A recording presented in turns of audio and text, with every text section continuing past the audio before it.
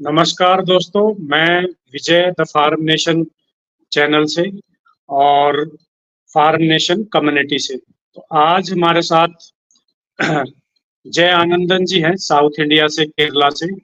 जय आनंदन जी coconut cold press oil बनाते हैं और साथ में बहुत सारे अदर प्रोडक्ट्स पे भी रिसर्च एंड डेवलपमेंट जो R&D कर रहे हैं, जैसे कोकोनट पेस्ट सोप हो गया या और कोकोनट के तरह तरह के प्रोडक्ट साउथ इंडिया में यूज किए जाते हैं, कुछ चटनीज हैं। तो वास्ट जो पॉसिबिलिटीज हैं, तो उनके साथ आज हम जयानंदन जी से बात करेंगे और उनसे जानेंगे कि भाई कैसे उनकी ये जर्नी, मतलब कैसे वो फार्मिंग वाली जर्नी में आगे और क्या क्या प्रोडक्ट्स बना रहे हैं और उनमें क्या क्या टेक्निकलिटीज इन्वॉल्व है। जैसे एक टनल ड्रायर के बारे में बताएंगे बीच में हमें वो, और एक कोल्ड प्रेस की बड़ा यूनिक और ट्रेडिशनल यूनिट लगा रखी है, तो उसके बारे में उनसे जानेंगे। तो जयानंद जी, थोड़ा आप अपने बारे में बताइए और फिर कैसे क्या कर रहे हैं। नमस्कार। नमस्ते एवरीवन। मेरा नाम है जय आनंदन। केरल से हूँ। केरल केरल का नॉर्थन साइड में कैलिकट कोझिकोड बोलते हैं, जो जगह में वास्को ड गामा ने फर्स्ट टाइम इंडिया में आया था अपना जहाज से। सो हमारा जो लोकेलिटी है, ये स्पाइसेस के लिए माने जाते हैं। मलबार स्पाइसेस, जो ब्लैक पेपर हो गया, टर्मरिक, कॉफी भी है। So there are so many of them. तो हमारे इधर कोकोनट्स भी बहुत रहता है। केरल एक्चुअली केरल जो नाम है, उसका मीनिंग है कोकोनट का देश, मतलब नारियल का देश। केरा अच्छा मतलब अच्छा। नारियल। Kerala means the place of नारियल। सो हम्म।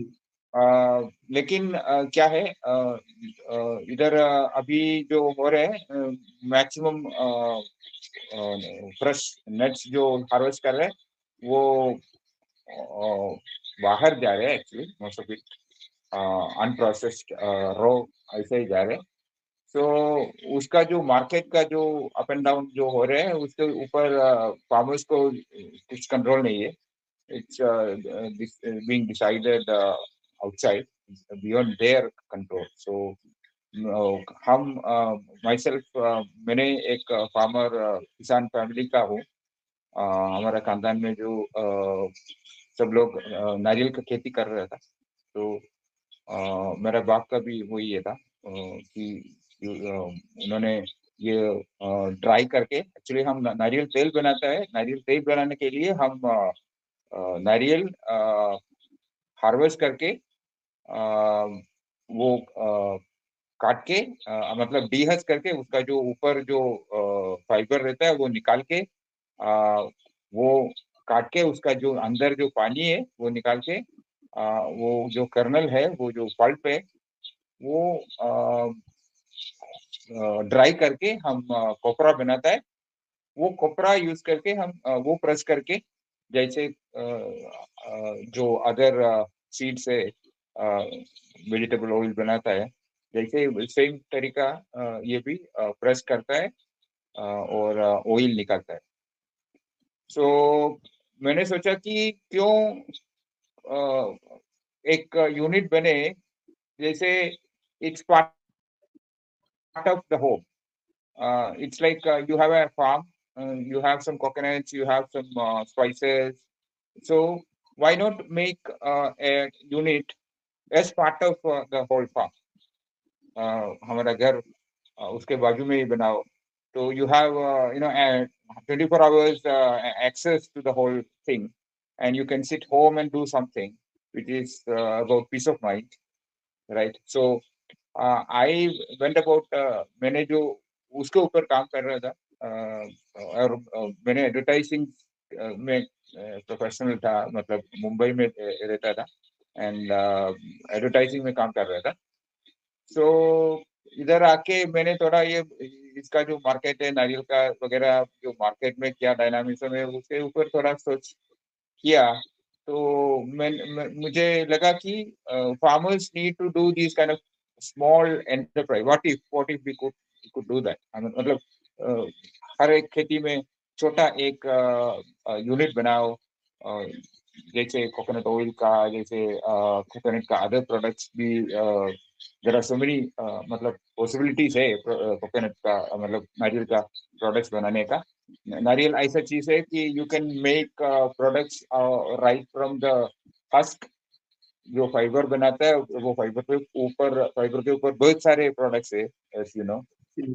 और उसका अंदर जाओ, शेल शेल क्राफ्टिंग वगैरह करता है, जो तोहफा वगैरह बनाता है, बाउल्स वगैरह बनाता है। और पानी तो इतना न्यूट्रिशियस है, इट्स एन एनर्जी बूस्टर। तो वो भी एक वैल्यू एडिशन का, वो एक प्रोडक्ट बनाने का। और actually not one product, you can create more than one product from coconut water itself. You can इधर मेक इट ए ड्रिंक, कोई भी सॉफ्ट ड्रिंक जैसे बना सकता है। Different processes are there. जैसे वो कोकोडी nada de coco is a product which is taken from coconut water, जैसे इंडोनेशिया, आई मीन फिलीपींस में बहुत ये था। so अभी भी है मेरे पास। so there are so many product ideas which can happen from a single coconut. so I started off with मेरा ध्यान कोकोनट ऑयल में के ऊपर था, how to make the best copra. इधर का कोपरा का वेराइटीज क्या है, उसका स्पेशलिटीज क्या है, इधर का नारियल का अच्छी बात क्या है। तो ये सारे चीज over the last some years I've been into it as a a little bit of my own R&D went into it, my own way of doing it. एक Then मिनट also जयानंदन जी, एक जी से, एक सेकेंड मैं थोड़ा summarise कर दूं, फिर हम आगे हाँ बढ़ेंगे। जी इसमें जैसे आप एडवर्टाइजिंग एजेंसी में एडवर्टाइजिंग के फील्ड में काम कर रहे थे मुंबई से, जी और फिर उसमें आपने एक बड़ा बिगर आइडिया एक्सप्लेन किया अभी कि जहाँ पे रॉ मटेरियल हो और वहीं पे डिसेंट्रलाइज्ड वे से विलेज में या जैसे खेत में प्रोसेसिंग यूनिट हो, तो उसके बड़े फायदे होते हैं ट्रांसपोर्टेशन पॉइंट ऑफ व्यू से। और भी काफी सिनर्जी आती है, कॉस्ट कटिंग होती है, और वो कस्टमर को भी वो चीजें मतलब प्योरिटी, फ्रेशनेस, नेचुरल और सारे ही बेनिफिट्स हैं। दूसरा जो आपने एक्सप्लेन किया, जैसे आपने प्रोडक्ट ऐसा चूज किया हुआ है, जैसे आपने बताया अभी केरला नाम भी कोकोनट से ही बना है, तो कोकोनट है ना, मतलब राइट फ्रॉम की भाई टेंडर वाटर है, पानी भी एक कंप्लीट फूड माना गया है, मिल्क के इक्विवेलेंट माना माना गया है इसको। और दूसरा इसके बहुत सारे प्रोडक्ट्स आपने जैसे डिस्क्राइब भी करे, और आप बहुत R&D भी कर रहे हैं। और जो आपने जैसे थोड़ा सा आपसे मेरा पहले भी डिस्कशन होता रहा है, तो आप इसमें एक बिगर विजन के साथ कर रहे हो। अच्छा, इसमें दो आपके चीजों में हम डिवाइड करते हैं इसको। एक तो आपकी ड्राइंग की यूनिट है, ड्राई, जो आप काट के उसको खोपरा को ड्राई करते हो उसमें से, और ड्राइंग के बाद आप उसको ऑयल निकालते हो। तो जो ड्राइंग की प्रोसेस है, आजकल काफी किसानों को कुछ प्रोडक्ट्स में जैसे जरूरत पड़ रही है ड्राइंग की, ताकि उसका न्यूट्रिशन लॉस लॉस भी नहीं हो। तो आपने एक टनल ड्रायर बनाया हुआ है, टनल ड्रायर उसके, तो उस टनल ड्रायर के बारे में डिटेल में बताएं, क्या है उससे रिलेटेड, कैसे बनाया जाता है वो, और उसके क्या क्या बेनिफिट्स हैं उसके लिए, मतलब कहाँ से आपको जो भी उसका मैन्युफैक्चरिंग के लिए या कहाँ से सपोर्ट मिलता है, क्या है वो पूरा थोड़ा डिटेल में बताएं टनल ड्रायर का एप्लीकेशन।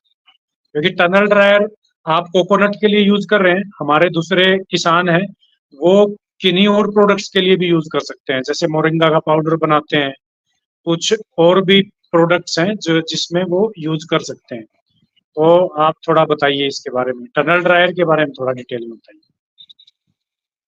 धन्यवाद विजय जी। आपने बहुत अच्छी तरह से ये अभी तक का जो कॉन्वर्सेशन को ब्रीफ किया, सारे पॉइंट्स निकाल के। So thank you. अभी टनल ड्रायर जो मैंने इस्तेमाल कर रहा हूँ, उसका बेसिक आइडिया ये है कि यू डोंट हम कोई भी एनर्जी परचेज नहीं करने का। मतलब हमारा ड्राइंग के लिए हमारे पास हमारे दुनिया में जो जितना इतना अबंडंट रहता है सूरज का रोशनी, ये जो चीज टोटली फ्री है, तो why not hmm, make use of it.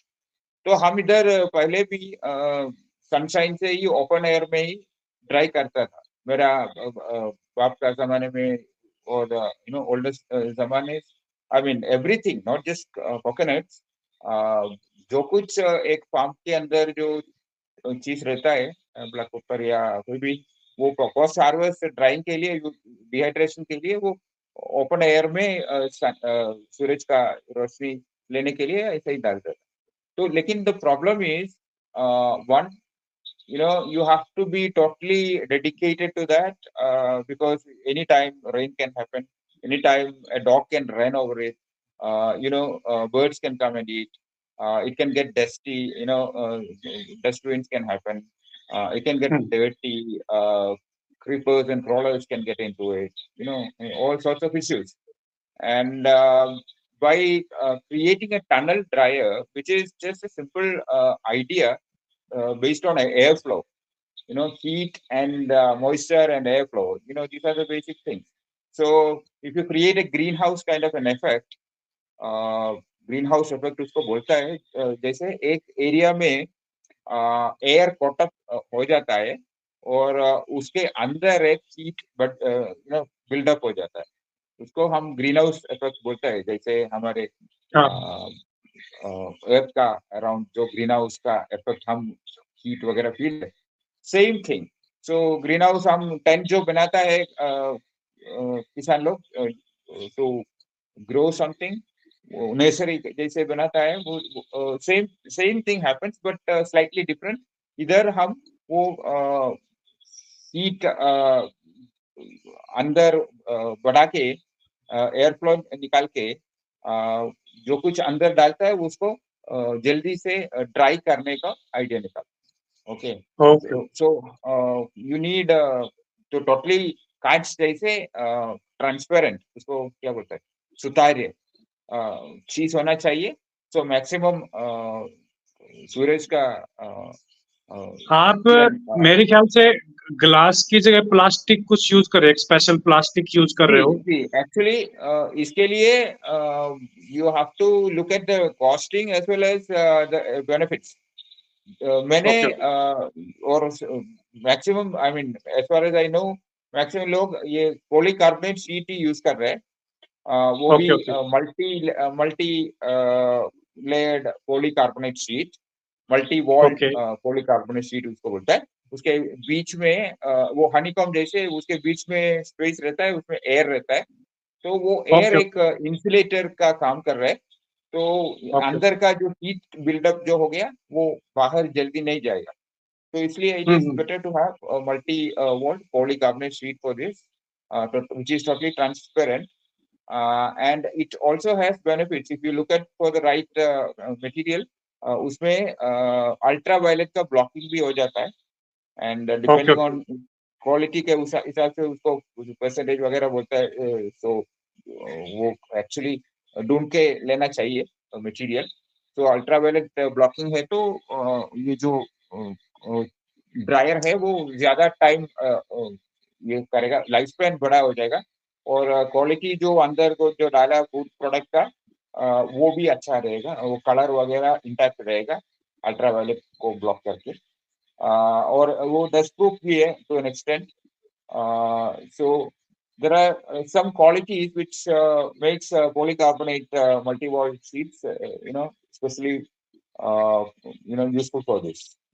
तो वो सिंपल तरीके से you create a shed which will get you maximum heat buildup, and also allow the air to come and leave and create an airflow which eventually dries the material. सो वो use करके you can actually even come Roshni time पे भी ये जो buildup रहता है उसके हिसाब से वी कैन ड्राई थिंग्स।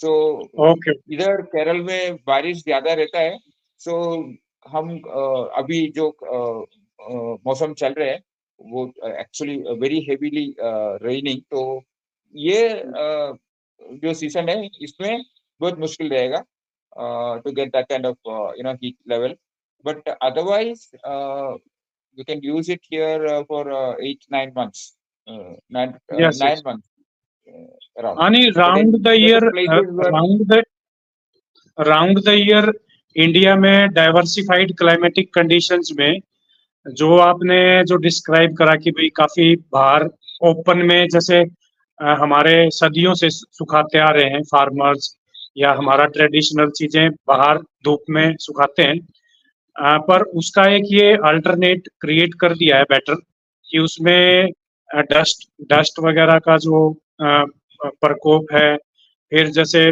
पक्षियों का आपने बोला, कुत्ते बिल्लियों का है, तो तरह तरह की उन दिक्कतों से, बारिश का है, उनसे इसका एक तो बचाव हो गया। अब मैं थोड़ा सा इसको ब्रीफली आपके इसको डिस्क्राइब कर दूं।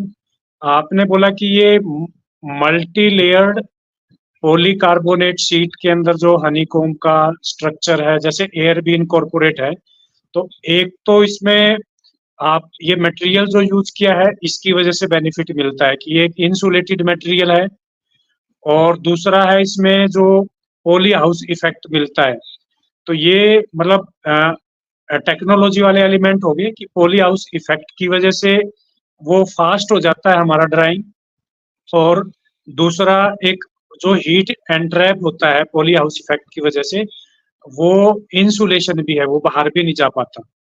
मतलब वो कई इसमें बेनिफिट मिलने की वजह से फास्ट ड्राइंग होता है, प्रोटेक्टेड ड्राइंग होता है, हाइजेनिक ड्राइंग होता है। तो ये इसके बेनिफिट है। बाकी इसमें जो साइज का है, जिस साइज का अपने रिक्वायरमेंट के हिसाब से फार्मर अपना बना सकता है कोई भी ड्राइंग प्रोसेस को अंजाम देने के लिए। तो जयानंदन जी, फिर दूसरा प्रोसेस आपका आ गया कोल्ड प्रेस। तो कोल्ड प्रेस में जैसे क्या क्या, जैसे आप जो कोल्ड प्रेस का जो टेक्नोलॉजी या मशीन यूज कर रहे हैं उसके क्या क्या कंपोनेंट्स हैं, what are the like components, uh, what kind of wood you are using, and how you are means driving it, what is the like driving force, whether you are using a motor or some manual driving force, something like that। तो आप वो सारा थोड़ा detail में बताएं कि आप cold press oil के लिए क्या यूज कर रहे हैं, कैसे कर रहे हैं। धन्यवाद विजय जी। मैंने जब भी इसमें ये कोकोनट का जो नारियल का जो फार्मिंग या प्रोसेसिंग के ऊपर मन लगाया, तभी मैंने ढूंढ रहा था कि कैसे सबसे अच्छी वाला, सबसे बढ़िया नारियल तेल कैसे बना। That was the one question that हाँ, was there on my mind. I was looking for that one, best way to create the best coconut oil. Perhaps money can, only, perhaps money can buy. Yeah. So, yes, so that was what I was looking at, and I looked at all processes. जैसे आपको मालूम है, coconut oil में, मतलब नारियल तेल में, general popular parlance में पॉपुलरली जो बोलता है, जो बोलता है वर्जिन कोकोनट ऑयल और रेगुलर कोकोनट ऑयल, ऐसा बोलता हाँ, है। हाँ, सो वर्जिन कोकोनट ऑयल जैसे एक टर्म है, लेकिन उसके ऊपर कुछ रिसर्च, मतलब there are no official, it's not an official name in any way. It's not an academic name. It's not anywhere officially recognized as part of any classification. Okay, it was coined by somebody, and the industry has been using it. लेकिन उसमें क्या है virgin coconut oil, उसके ऊपर भी disputes है, because उसका meaning ये है कि जो ऑयल, जो नारियल तेल कोई भी outside material without using any outside material, मतलब कुछ भी मिला के, कुछ भी आर्टिफिशियल प्रोसेस करके नहीं मिलता है, बनाता है, तभी हाँ, वो वर्जिन बोल सकता है. That is the essential meaning. So in that hmm, sense, when I make coconut oil using my method, it's also virgin. But there is another argument which says it is only virgin if it is taken from fresh coconut milk. yes. So these are all terms people use at their own advantage. Okay, they say there are companies who are saying that there is virgin coconut oil, which could be copra-based coconut oil. So I'm not using it. I'm not using virgin coconut oil on any of my communication. But the thing is, my search was for to make the best coconut oil out of hmm, my local variety of coconut. So I understood this point looking at the traditions and looking at the modern research.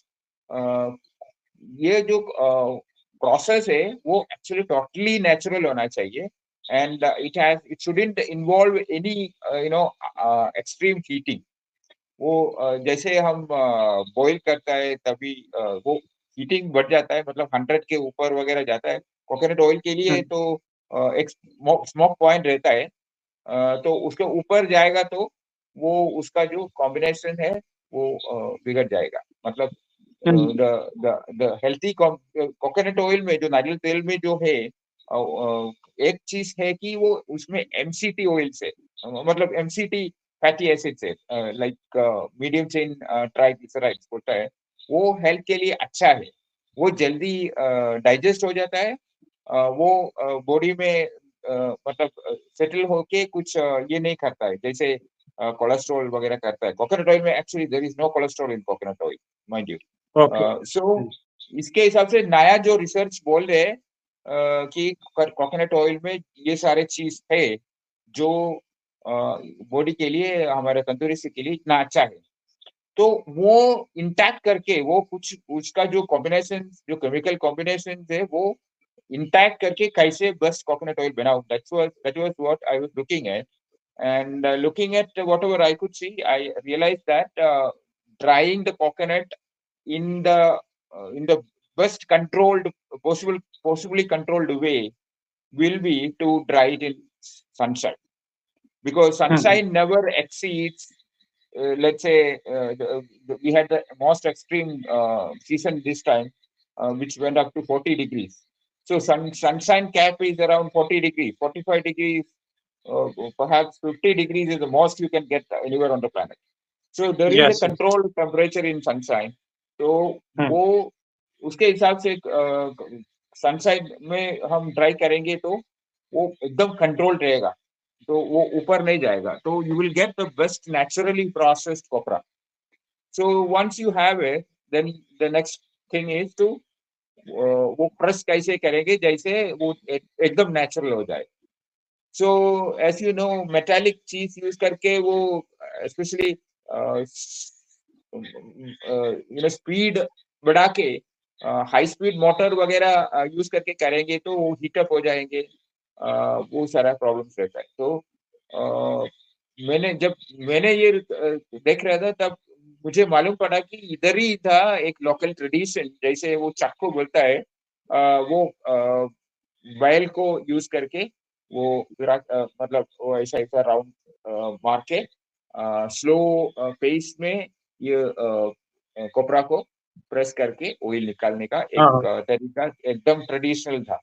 वो actually हाँ, motor नहीं use कर रहा था, वो पहले जमाने में वो लोग बैल यूज कर रहा था, बैल को यूज कर रहा था. So hmm, same process at a point of time Khadi board ने वो बेल का यूज करके कर रहा था. तो उसके उसका जो मोटर स्पीड है बहुत, मतलब वो जो स्पीड जो प्रेसिंग का है वो बहुत कम है, और जो ऑयल निकालता है वो एकदम नॉर्मल टेम्परेचर में हो जाता है, वो एकदम कोल्ड प्रेस रहता है. और उसके लिए जो यूज कर रहा है, जो जो लकड़ी यूज कर रहा है, वुड यूज करता है, वो भी अच्छा, मतलब हमारे इसमें मिक्स हो जाएगा तो अच्छा है। उसका भी थोड़ा हम्म, मेडिसिनल प्रॉपर्टीज वगैरह था।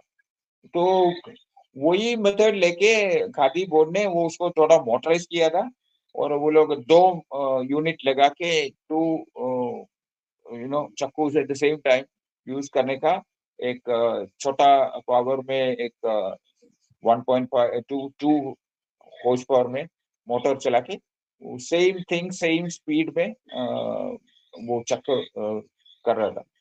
हम्म, सो ये एक जमाने में इधर पॉपुलर था। So every village you had this kind of a setup. Somebody used to run it, and people used to have a good healthy oil. हम्म, लेकिन एक टाइम पे ये सब चेंज हो गया।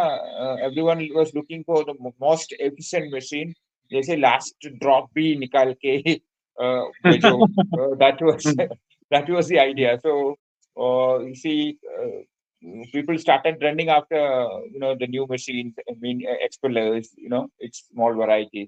uh, and uh, Big companies came into the picture, and they had marketing tactics, जैसे हम्म, branding वगैरह करके they became brands in people's minds. तो हम्म, ये जो लोकल वाला था वो अच्छा अच्छा ऑयल निकाल के बेच रहा था, but he got into trouble. और एक्चुअली यस, उसको एफिशिएंसी कम है। हमारा जो हम्म, चीज जो नीचे पीछे जो आप देख रहे हाँ दिख रहा है आपका। हैं, एक्चुअली वो ये मशीन में 60% मैक्सिमम हमको ऑयल मिलता है। मतलब कोकोनट ऑयल, नारियल तेल है तो 60 to 4 वो इसमें मिलता है। लेकिन एक्सपेलर वगैरह यूज करके people were extracting the last drop, so it became up to 75, plus and all. So hmm, for that efficiency, people left this particular wonderful machine behind, and went after all those machinery, the new processes. इसमें क्या है, the difference as I look at it is like इसमें अच्छा raw material डालेगा तो अच्छा oil मिलेगा। There is no hmm, processing in between actually. It's only हाँ pressing and taking the oil. जो ठीक, नया जो machines आता है उसमें there is a little bit more of processing, roasting and all. And hmm, then you also have other processes like bleaching, deodorizing, those kind of things were also involved.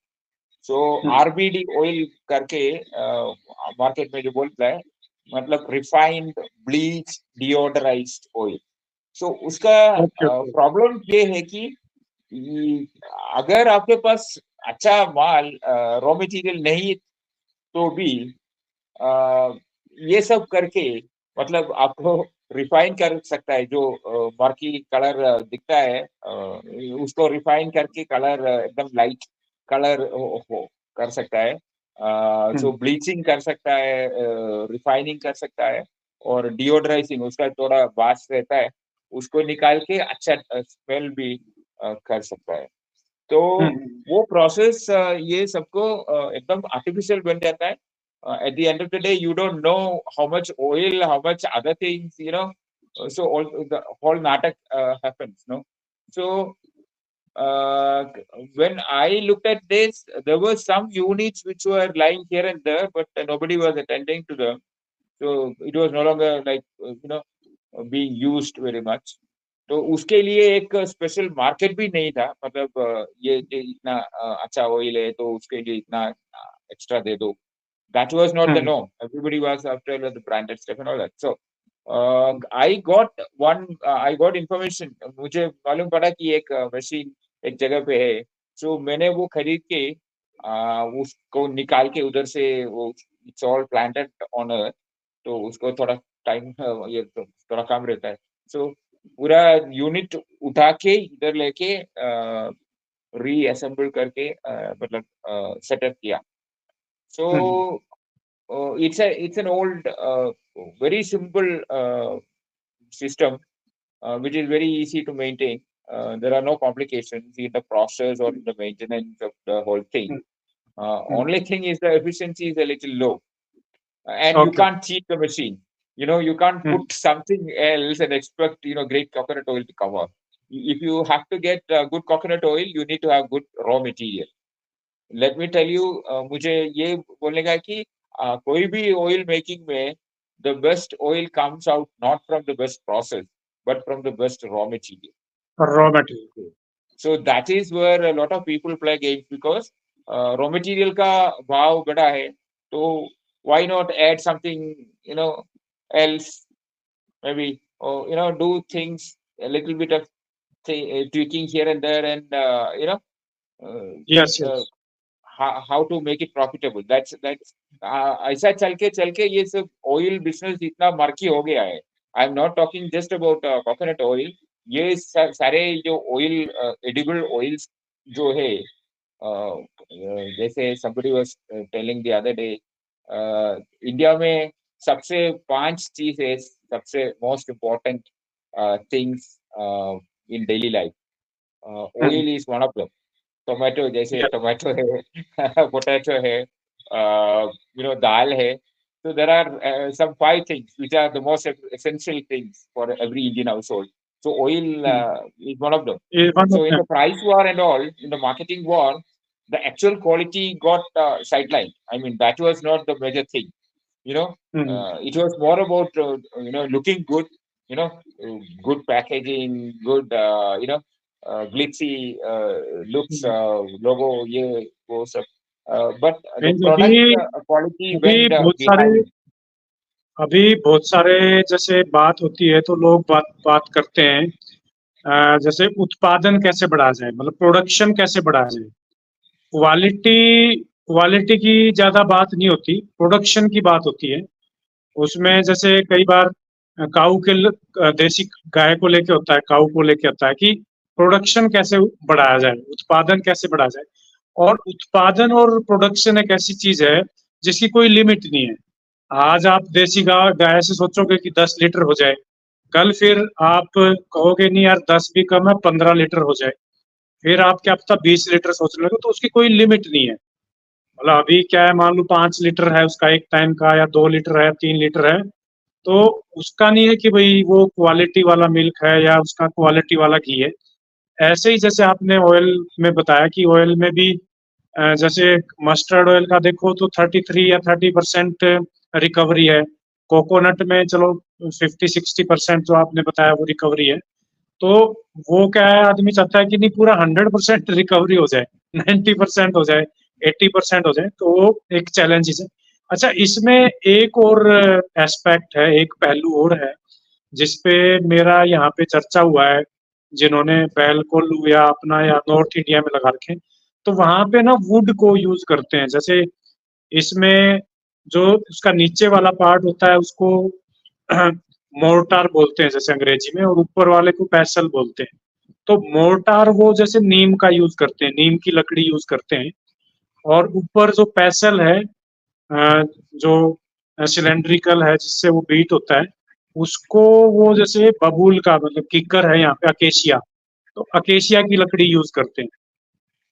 तो आपका जैसे साउथ में है, जो आपका जो ये कोल्ड है, कोल्ड प्रेस ऑयल का, तो इसमें भी जो वुड यूज किया है उसमें कोई स्पेशल वुड है, स्पेशल वुड का कोई स्पेसिफिक नेम है, और जिसकी मेडिसिनल प्रॉपर्टी हो। जैसे नीम की मेडिसिनल प्रॉपर्टी बोलते हैं anti fungal, anti bacterial, anti microbial.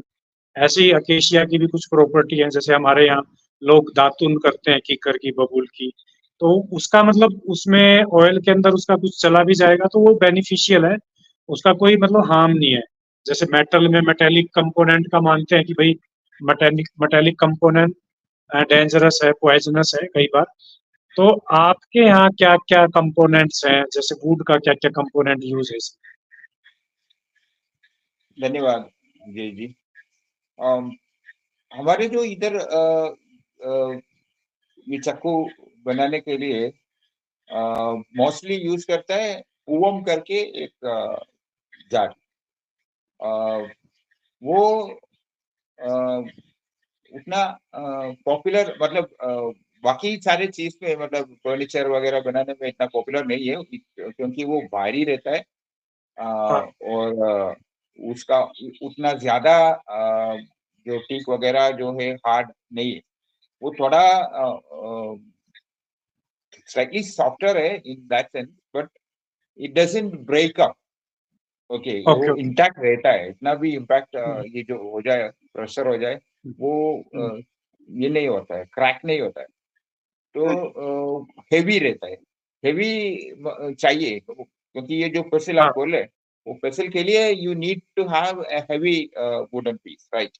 We are not using okay. Metal, so you have to have the weight made out by that pestle, right?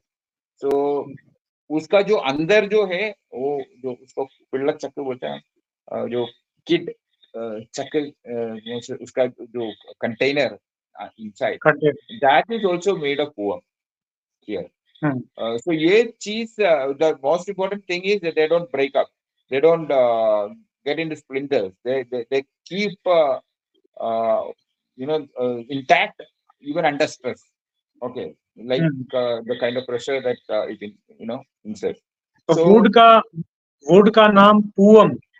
इसको locally इसको पूवम बोलता है, पूवम is a पूवम। tree, the wood that is used, and पूवम according to the local people and carpenters and all I've spoken to, they say Puvam is good. Puvam has some qualities that makes it, anti-microbial and all. And it is also okay to have it if it is at all, uh, get into our food. It is not toxic.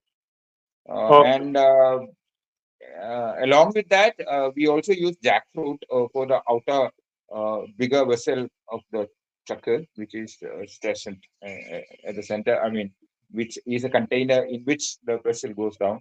So that is also that is used. I mean, jackfruit, chakka, जो jackfruit बोलते हैं, हाँ हाँ वो Jack. use करते हैं. Yeah, which is okay. a popular wood for furniture and all locally also. Which is hard, very colorful, very long lasting. तो उसके हिसाब से, and it is also good for food because other things for food material जो stopper वगैरह है wooden, वो भी jackfruit use करता है, तो jackfruit is considered to be a good material for whatever things culinary, I mean food based जो कुछ है उसके लिए वुड use कर बेस्ड सकते फर्नीचर एंड वुड हैं. Yeah. Based other things. जैसे जो पेसिल एंड ग्राइंडर जो है वो ये करता है, वो ये जो राइस वगैरह निकलता है उसका हस्क, डीहस्किंग हाँ thing, हाँ। it is that tool also uses jackfruit. I okay think okay. the container is jackfruit and the vessel is made of palm trees like coconut, palm, etc.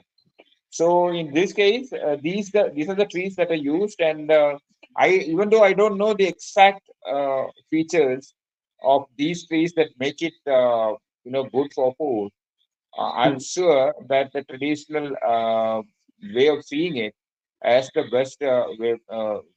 best material to use for this kind of a purpose. So that is another special thing about it. Even though it doesn't get much into our food, you see, as I told you, this particular wood is so good at holding, its shape and holding the pressure.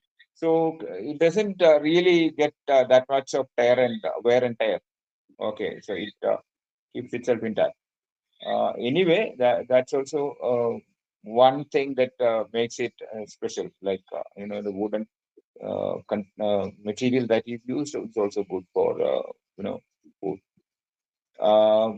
Otherwise, the major thing इसमें जो है वो wooden use करता है. उसका मतलब ये कि we want to minimize the heat. इससे जो हीट जो प्रोसेस करता है, जब तभी ये जो प्रेशर हो जाता है तो हीट तो थोड़ा होता है. तो कोई भी हीट हो, वो मेटल टू मेटल वो स्क्रैप हो जाएगा, तो फ्रिक्शन हो जाएगा और उसके हिसाब से हीट बन जाएगा. हीट लेकिन ज्यादा रहेगी। वुडन है तो वो हीट बहुत कम रहेगा. हाँ हाँ, एक हीट हीट लो रहने का रीजन लो आरपीएम भी रहता है, जो हम लो आरपीएम पे. जी जी. एक्चुअली ये जो मेटल रोटरी जो मशीन है मोर और लेस सेम आइडिया से चलता है, लेकिन जो स्पीड ज्यादा है और वो मेटालिक है, तो उसका जो तेल जो आएगा वो थोड़ा हॉट रहेगा. So Okay. either this oil you will have the room temperature, nothing more than that. Yes. Okay. Yes. So in short, this is the way I think the best oil can be produced from coconut kernel. I mean, तो मेरे ख्याल से इससे अच्छा process नहीं है जो anybody can do, and you don't need much complicated machinery or anything for this. Yes. You Yes. only Yes. need proper drying of this copra. Then you need a simple process in which you cold process it. Okay.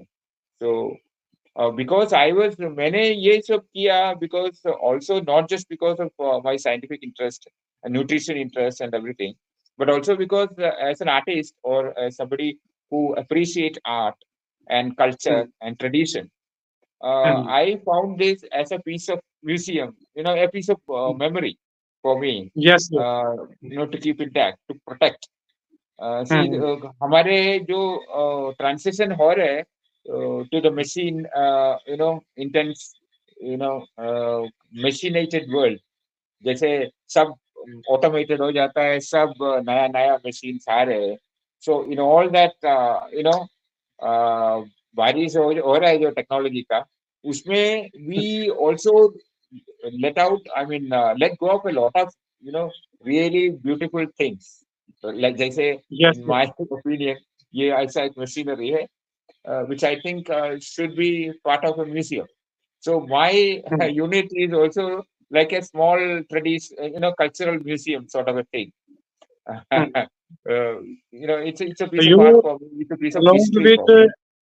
yeah, along with like health capital, social capital, आपका purpose cultural capital को preserve करना भी है. Right. Absolutely. Absolutely. Thank you. Yes. Preservation of cultural capital. Right. And in actually, while looking at that possibility of like, why not? Why not make your place of work, your business, your enterprise, a place for culture, a place for conscious living, a place for eco-friendly you know uh, projects, ideas, thoughts. um, so when we say कारखाना, like in Hindi we say हम बोलते हैं कारखाना. So कारखाना or factory, in English we बोलते हैं factory. So factory हाँ. is supposed to be a place where people do something like machines, right?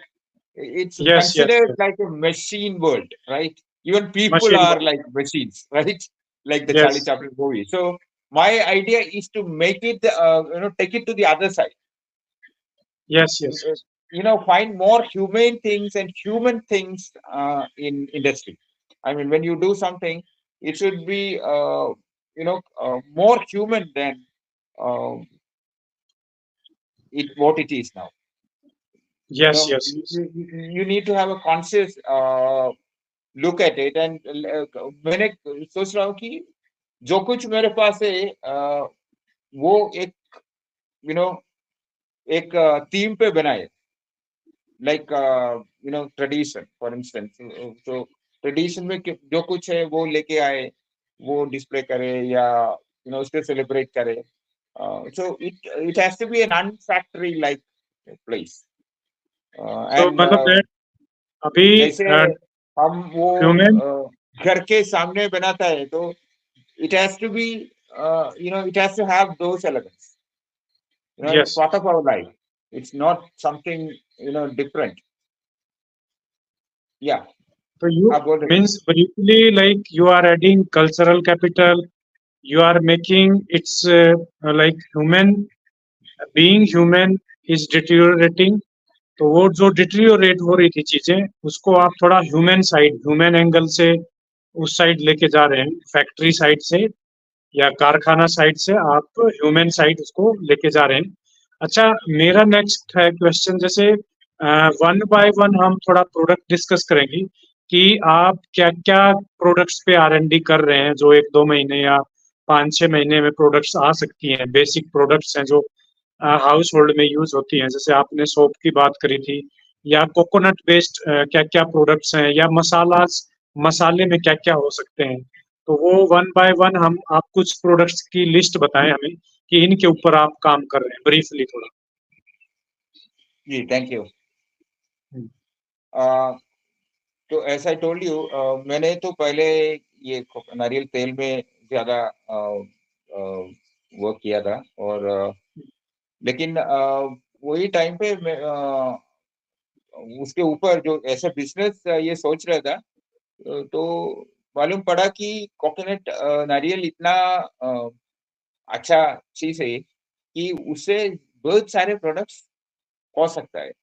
उसका यस। एक सब जो कुछ उसका पार्ट है वो सब प्रोडक्ट का पोटेंशियल उसमें है। हम्म, तो वो करेगा तो आप एक नारियल लिया तो उसका एक प्राइस रहता है, तो उसका सब पार्ट से बाई प्रोडक्ट से कुछ वैल्यू एडेड प्रोडक्ट बनाया, तो your ultimate value addition, value creation will be much higher compare to your hmm, just producing. आप कपड़ा लिया, कोकोनट ऑयल बनाया और केक बेच रहे, बस हो गया हम्म, काम, right? Hmm, so the hmm, value addition will be very less. But if hmm, you create वो कोकोनट सोप, मतलब कोकोनट केक तो है by product. So if you make coconut cake into coconut soap, जैसे इधर traditionally लोग coconut cake use करके नहाते हैं, मतलब ओके। वो ऐसे cleansing material which is natural, hmm, people have been using this. इधर लोकल लोग है वो यूज कर रहा था ये, मतलब कोकोनट ओके। केक यूज करके बॉडी को क्लेंस करने का एक ट्रेडिशन था इधर। तो हम्म, मैंने उसके ऊपर थोड़ा ये किया, मतलब वो कॉस्टिक सोडा मिक्स करके वो कैसे एक सोप बनाए, अ, जिसमें कोकोनट ऑयल और कोकोनट केक यूज कर सकते हैं। तो हम्म, उसके छोटा सैंपल ये किया, मतलब स्पेसिमेंस ट्राई किया, और I got a decent, proportion where I can get the best result out of it without burning the, skin and all. मतलब हम्म, जो सेफ लेवल में लाई यूज करके एक प्रोडक्ट अभी हम ट्राई करके निकाल दिया है। मतलब एक प्रोडक्ट हो गया है, लेकिन उसमें अभी वो स्केल अप करने का है। मतलब अभी हम वो लार्ज नंबर्स करके मार्केटिंग शुरू करने को सोच रहा हूँ।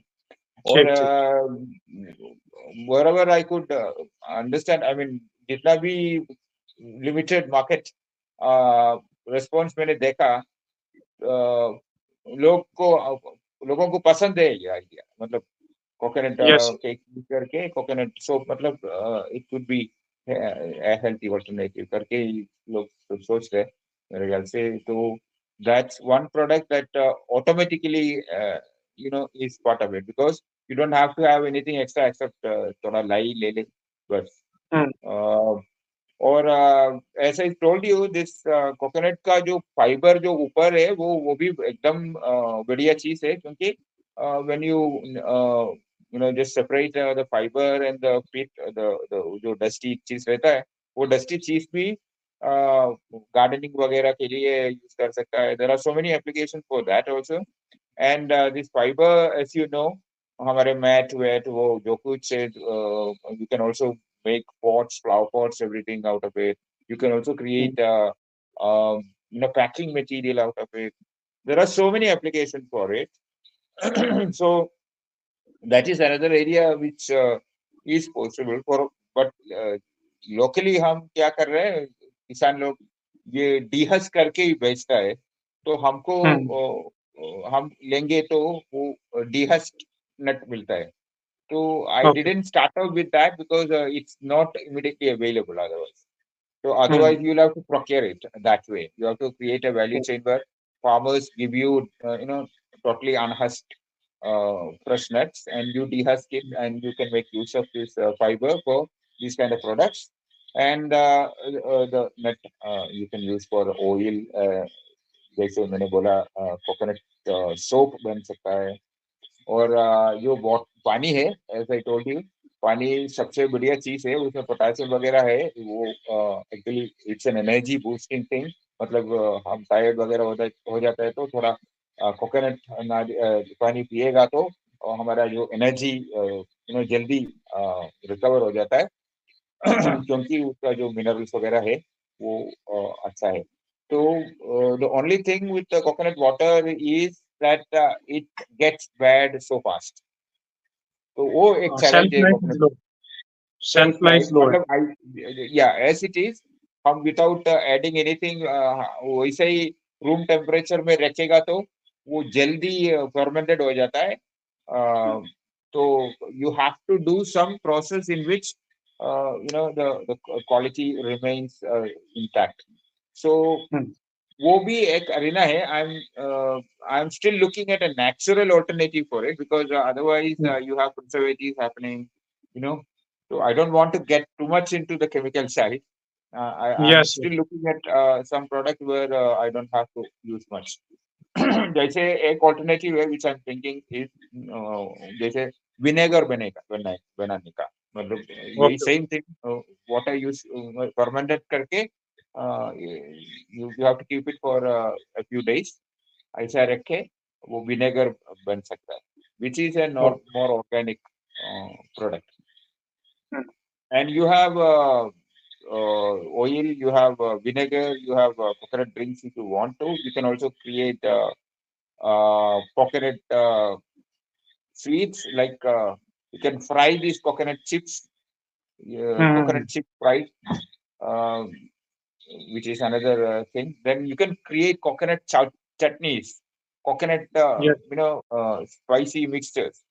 लाइक यस, हम इधर ट्रेडिशनली यूज कर जो करता है एक है, उसमें ये वो सब स्पाइसेस हो जाता है, और द द रोस्टेड कोकोनट का जो पीलिंग्स है उसका वो ग्राइंड करके वो भी डालता है। तो it's very tasty delicious thing to use with, जैसे हमारा डोसा वगैरह खाने में वो थोड़ा यूज करेगा, और थोड़ा ऑयल डालेगा, और without oil also you can use.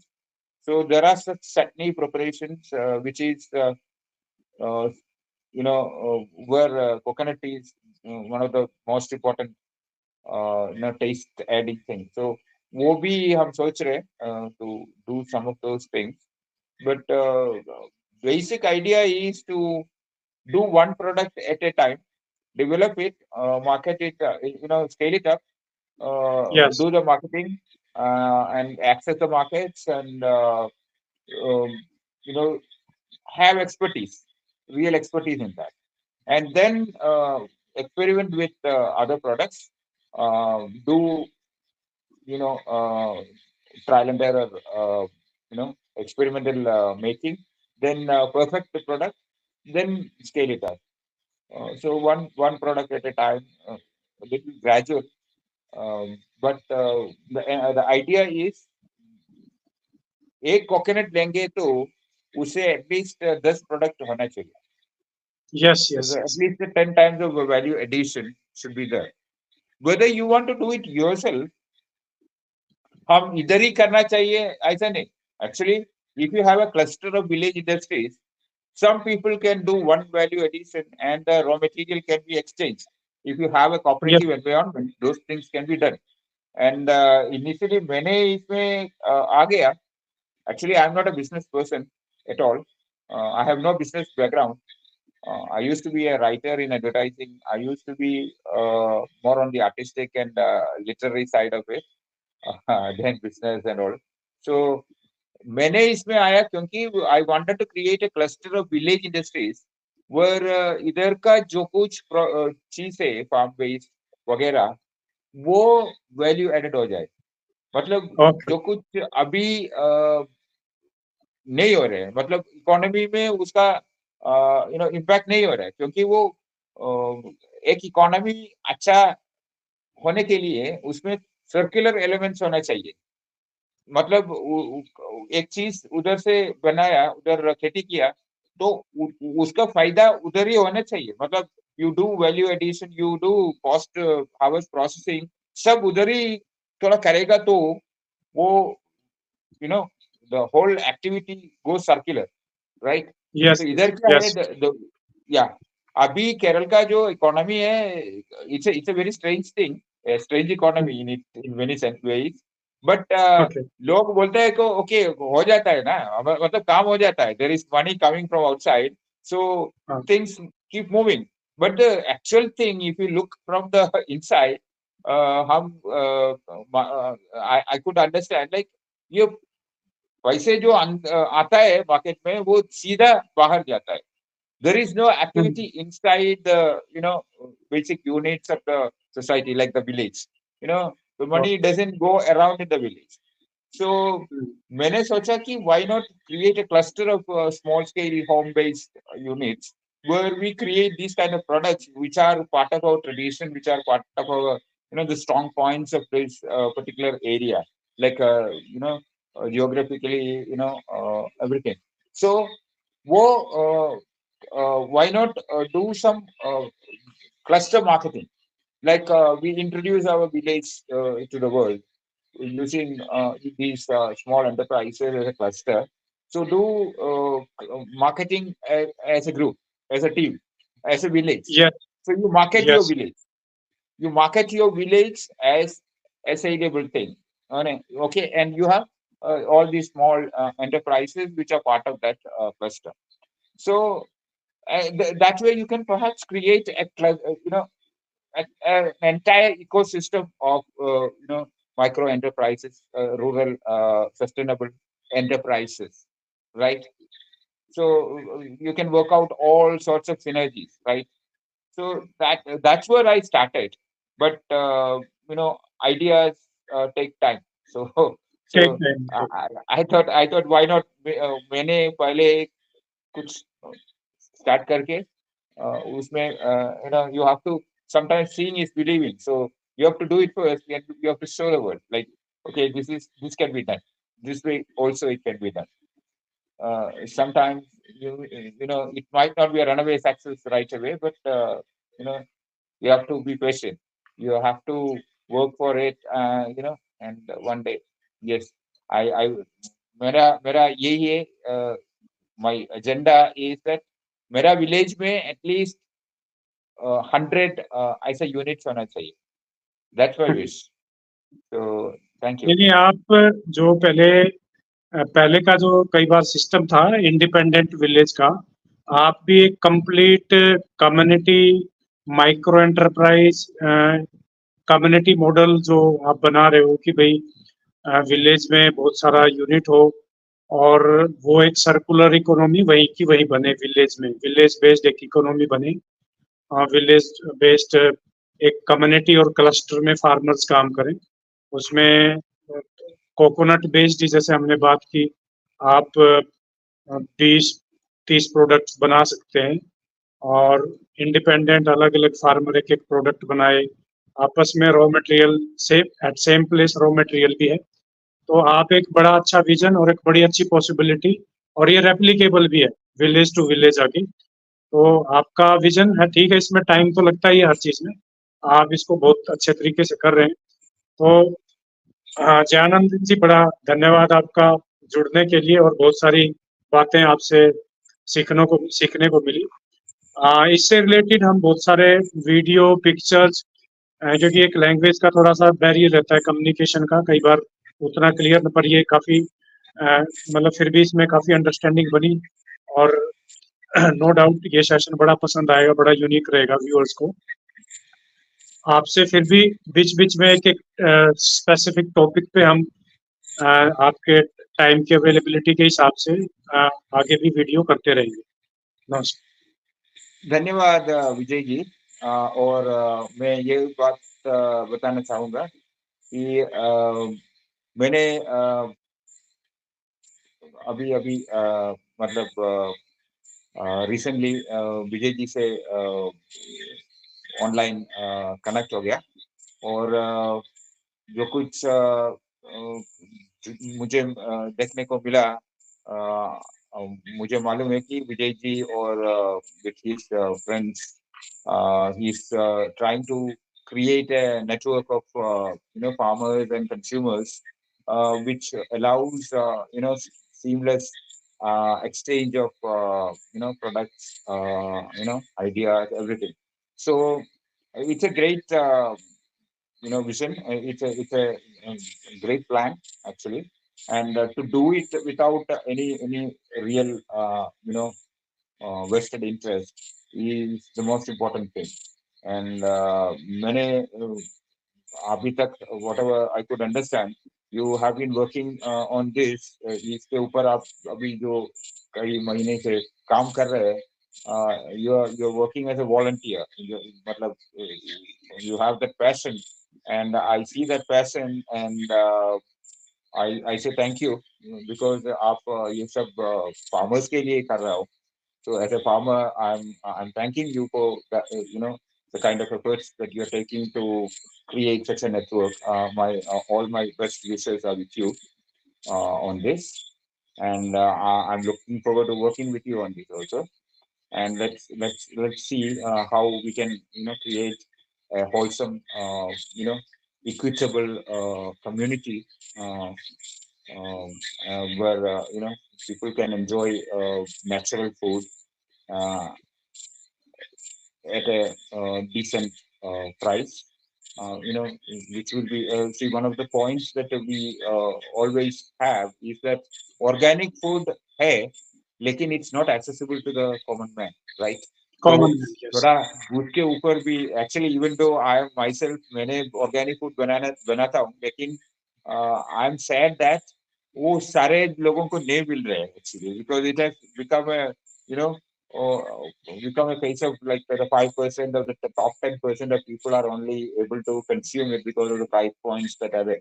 So that is also one area we have to work. We have to make sure that even the lowest strung of the consumers, they also have access to good products, like the organic food products that we are talking about.